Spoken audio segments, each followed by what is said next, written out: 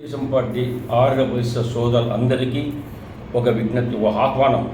మీ అందరూ కూడా ప్రతి ఒక్క ఆర్యవైశ్య సోదరులు తెలుగుదేశం పార్టీకి ఎంతోమంది జరిగిన ఎన్నికల్లో చాలా కష్టపడి పనిచేశారు. అందుకే మనందరం ఈ నెల 4వ తారీఖు Vijayawada S convention hall RTC workshop road Vijayawada నందు వైశ్యుల యొక్క ఆత్మీయ సమావేశం ఏర్పాటు చేయడమైనది. ఈ సమావేశమునకు ప్రతి ఒక్కరూ హాజరు కావాలి. ప్రతి ఒక్కరూ నిన్న జరిగిన ఎన్నికల్లో కష్టపడి పనిచేశారు. ప్రతి ఒక్కరు బయటికి ఎప్పుడు రానటువంటి సోదరులంతా ఆర్యవైశ్య సోదరులంతా రోడ్డెక్కి తెలుగుదేశం పార్టీ విజయానికి నాంది పలికి చంద్రబాబును ముఖ్యమంత్రి చేసేదానికి ప్రతి ఒక్క ఆర్యవైశ్యుడు బయటికి వచ్చి కష్టపడి పనిచేశారు.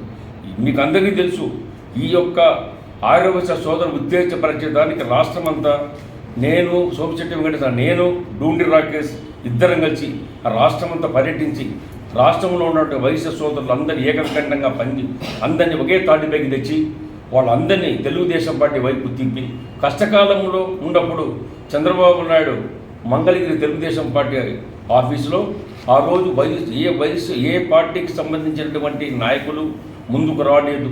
ఒక పార్టీ కార్యాలయం వచ్చి మీటింగ్ పెట్టాలని ధైర్యం ఎవరికి చాలలేదు. అయితే డూండి రాకేష్ నేను ఇద్దరం కలిసి రాష్ట్రంలో ఉన్న వైశ్య సోదరులు అందరినీ పిలిపించి మంగళగిరి తెలుగుదేశం పార్టీ ఆఫీసులో మీటింగ్ ఏర్పాటు చేయడం అనేది.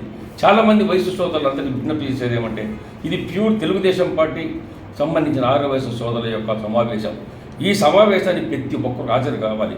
కష్టమైనటువంటి కార్యకర్తలకు అందరికీ కూడా గుర్తింపు ఉంటుంది, ఖచ్చితంగా ఉంటుంది. అందుకనే తెలుగుదేశం పార్టీ అధికారం వచ్చిన వెంటనే తెలుగుదేశం పార్టీ గత ఎన్నికల్లో టీజీ భరత్కు ఎమ్మెల్యే సీటు, అదేవిధంగా జగ్గయ్యపేటకు శ్రీరామ తాతయ్యకు ఇవ్వడం జరిగింది.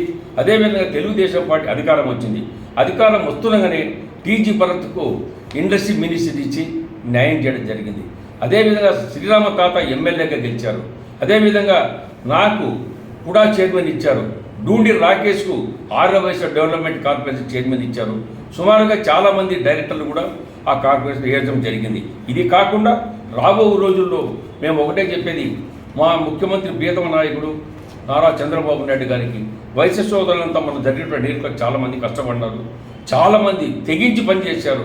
మీ విజయం కోసం మీరు ముఖ్యమంత్రి కావాలి.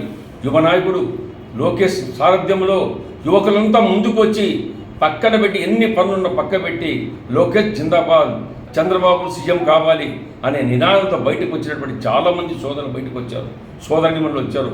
అందుకనే ప్రతి ఒక్కరు ఈ మీటింగ్కు ఏప్రిల్ 4వ తారీఖు మాత్రం సాయంత్రం 5 గంటలకు S convention hall RTC workshop road నందు విజయవాడ ఖచ్చితంగా మీటింగ్ రావాలి.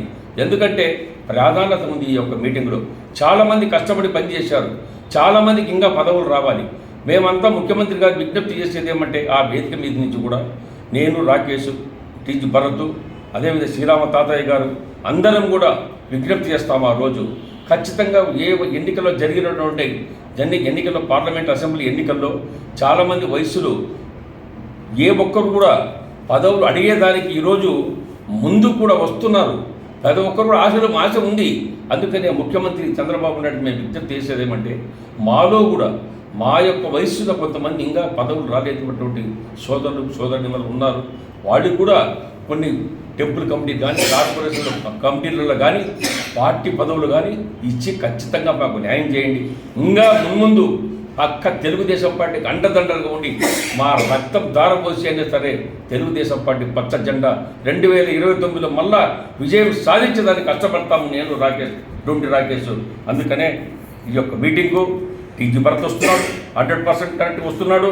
అదే శ్రీరామ తాతయ్య జగ్గయ్యపేట ఎమ్మెల్యే వస్తున్నాడు, నేను వస్తున్నాను, రాకేష్ వస్తున్నారు.